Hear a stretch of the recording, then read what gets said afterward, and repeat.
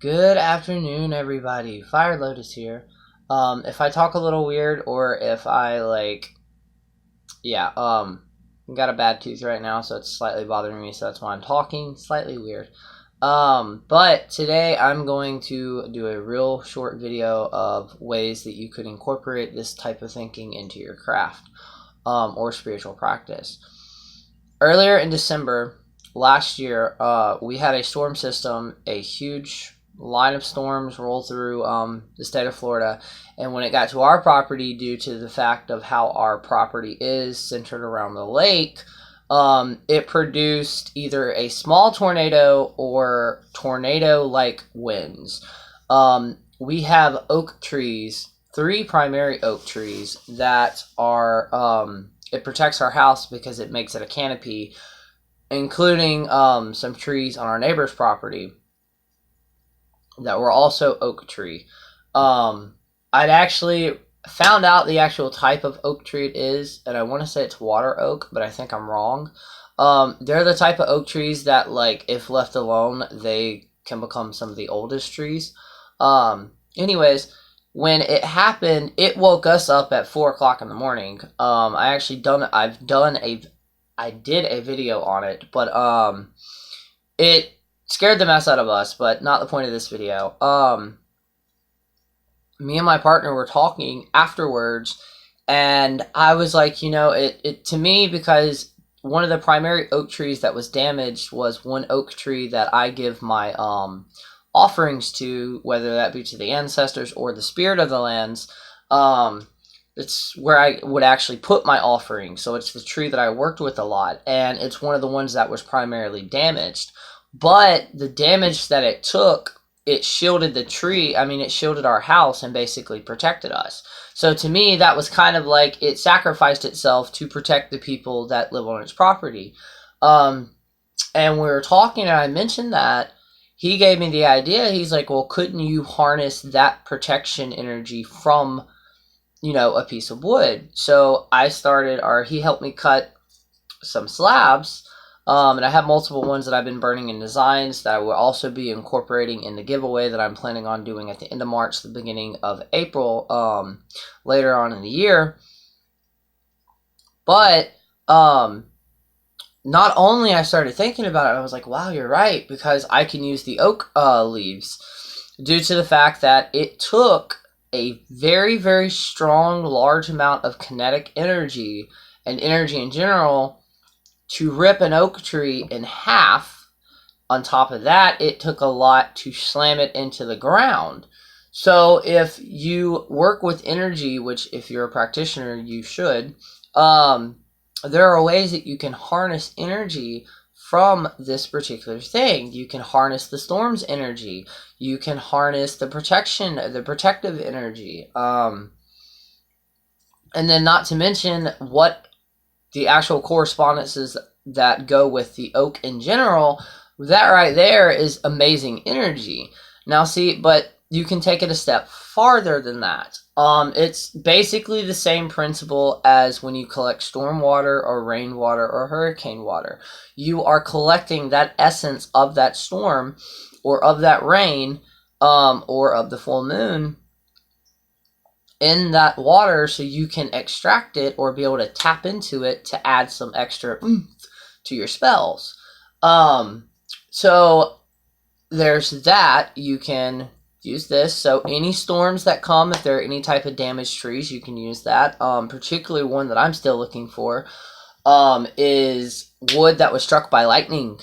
It's supposed to be really, really powerful. It's a really, really good omen. Not omen. It's a really good charm to use for protection. So see, you have to start thinking slightly outside the box. It does take practice. It took me a while to start incorporating it, and honestly, my partner is better at it than I am. For some reason, ideas, kind of like abstract ideas when it comes to the craft, just pop into his head, and he's not even a practitioner. He's actually Christian. So yeah, again, this was going to be a very short video. But with that, remember, you can. This also goes along the lines of when I said that you can, in a previous video that I've done, where during certain occasions, weddings, birthdays, funerals, baby showers, all of those things, you can collect some of those items, the flowers, say from a wedding, or birthday candles from a first birthday or 60th birthday, or celebration balloons from a anniversary of 60 years. You can harness and tap into the energy surrounding those things. For example, the community candle that I'm offering for the month of February, it's going to be about self-love and self-acceptance and learning to love yourself and invite that and attract that into your life. By the way, if you would like to be a part of that, just drop your name in the comments below, or you can email me if you're not comfortable with that at firelotus18@gmail.com. Sorry about that. My familiar is trying to get to his girlfriend outside, and he's like scratching against the window. But yes, it's completely free, but I'm going to make them this Friday on Valentine's Day. Not because I'm celebrating Valentine's Day, but because Valentine's Day throughout the years have been heavily associated with love. And that can go with any other holiday as well. Even if you don't celebrate it, you can take the energy, the celebration energy of that, and harness it and focus it into your craft. And it really does truly work. And again, when it comes to, there's so often we forget that we are witches and what that means.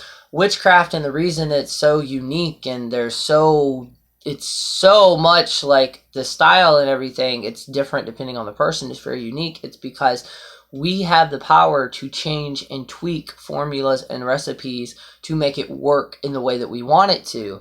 Now, always remember that even if you find a spell or a ritual online, you can respectfully, not necessarily break it all down, but you can take what you need from it and kind of tweak it and make it your own. The last thing that I'm going to leave you with is we forget that we are witches. We forget what being a witch means sometimes. And on top of that, we forget and we get blinded to our own magic. We sometimes as witches and practitioners forget how magical we truly are. So with that, again, I'm going to keep this really short. But with that, I hope you enjoyed this video. Again, if you'd be interested in the community candle, drop a comment below or email me at firelotus18@gmail.com. You should totally check out my podcast as well. You can find me on all types of platforms when it comes to podcasts. Just type in Fire Lotus the Witch. And without that, and with all that being said, I hope you all enjoy this week. Also, remember, the 13th, the day before Valentine's Day, which is Thursday, retrograde goes into effect. Mercury retrograde in Pisces, to be exact, goes into effect. But don't fear. I have a couple of videos and a few podcasts explaining how you can actually turn this retrograde, you can turn it around and make life your bitch. So, without further ado, I hope you all have a magical, magical day and a magical, magical week. Peace.